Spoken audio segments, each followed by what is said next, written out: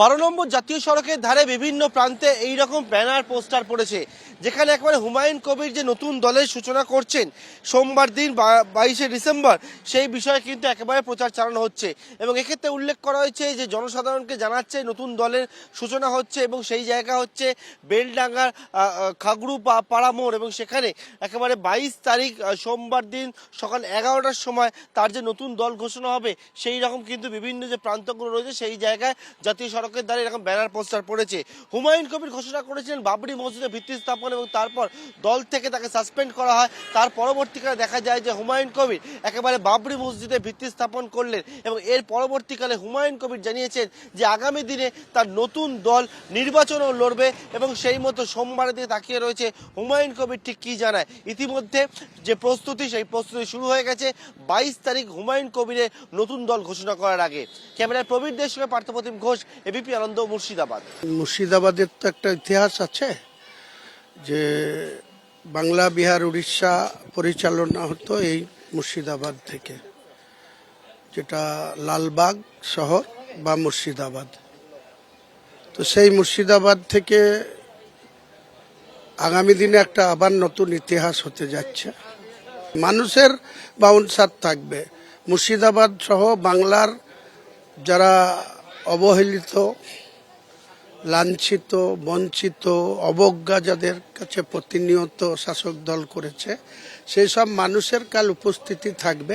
আমি বলছি, বাংলার রাজনীতিতে কোনো রাজনৈতিক দল যে সবাই যে ভিড় বা যে মানুষের উপস্থিতি করতে পারেনি, সেটা কালকে আপনারা দেখতে পাবেন। এটাই আমার বাউন্সার, এটাই আমার চমক। নতুন দল ঘোষণা করতে চলেছেন হুমায়ুন কবির, প্রস্তুতি প্রায় শেষ পর্যায়ে। নতুন দল ঘোষণা করতে চলেছেন আপনি? আগামীকাল, অনেক আগেই আমি ঘোষণা করেছিলাম যে 22শে ডিসেম্বর সোমবার। এই সোমবারটা বেছে নেওয়ারও একটা কারণ আছে। আমি পৃথিবীতে যেদিন আমার মায়ের থেকে ভূমিষ্ঠ হয়েছিলাম, সেদিন ছিল সোমবার ভোরবেলা। তৃণমূলের থেকে এমন কোনো অফার, এমন কোনো ফোন যাতে নতুন দল করা থেকে আপনি পিছিয়ে যাবেন? কোনো প্রশ্নই আসে না। আজকের দিনে এইসব প্রশ্নের অসম্পূর্ণ এবং অপ্রাসঙ্গিক। আমার কাছে কোনো প্রাসঙ্গিকতা নেই। 130টা আসনে লড়বেন আজকের দিনে 135 বলেছিলাম, ওটা আরও বাড়বে।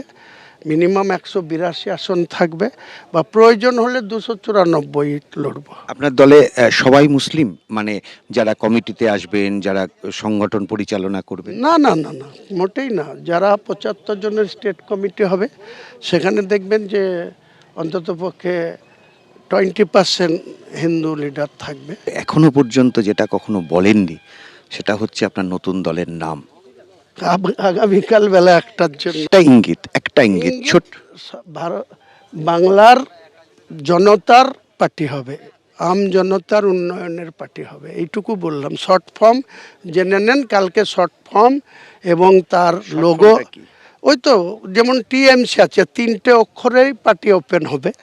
তারপরে বাংলার মানুষের কাছে তার কি লোগো হবে, আমার সম্ভাবনা এখন তো ইলেকশন কমিশন এত তাড়াতাড়ি লোগো দেবে না। আমি টেবিল আমার পয়া, আর যদি টেবিল না পাই তাহলে জোড়া গোলাপ ফুল নিয়ে লড়বো। যেহেতু পদ্ম ফুল আর ঘাস ফুল, তার পাশাপাশি কাঁটাওয়ালা ফুল, গোলাপ ফুল। কোন ফুলে মানুষ বেছে নেয় সেটা আগামী দিন হবে। তৃণমূল শব্দটা থাকবে না না, মোটেই না। কংগ্রেস শব্দটা থাকবে? কংগ্রেস শব্দও থাকবে না, কিন্তু পতাকার রংটা ন্যাশনাল পতাকার কাছাকাছি থাকবে। টিএমসির যেমন আছে, কংগ্রেসেরও যেমন আছে, আমার পতাকার রংটাও ঠিক ওই রকম টাইপের থাকবে। ক্যামেরায় শান্তনু দত্তের সঙ্গে রাজীব চৌধুরী এবং উজ্জ্বল মুখোপাধ্যায়, এবিপি আনন্দ, মুর্শিদাবাদ।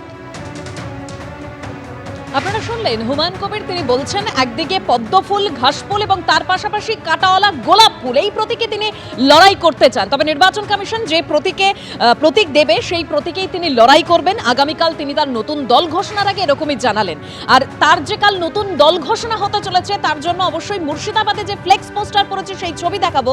তবে হুমায়ুন কবিরের এই যে দল ঘোষণার আগে তিনি যে বক্তব্য রাখলেন, তা নিয়ে সুজন চক্রবর্তী, সিপিএম এর কেন্দ্রীয় কমিটির সদস্য, কি বলছেন শুনুন।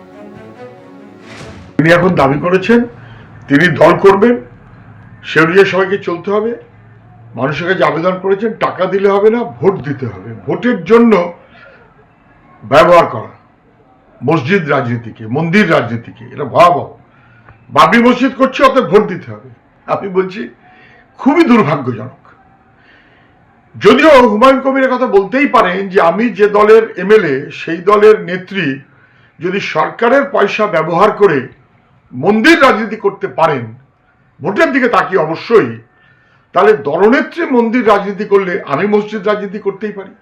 তৃণমূল তো, তৃণমূলের থেকে যা নেত্রীর কাছে শিখেছেন সে অনুযায়ী হুমায়ুন কবির হয়তো চলছেন, কিন্তু এটা বিশ্ববৎ বিপজ্জনক।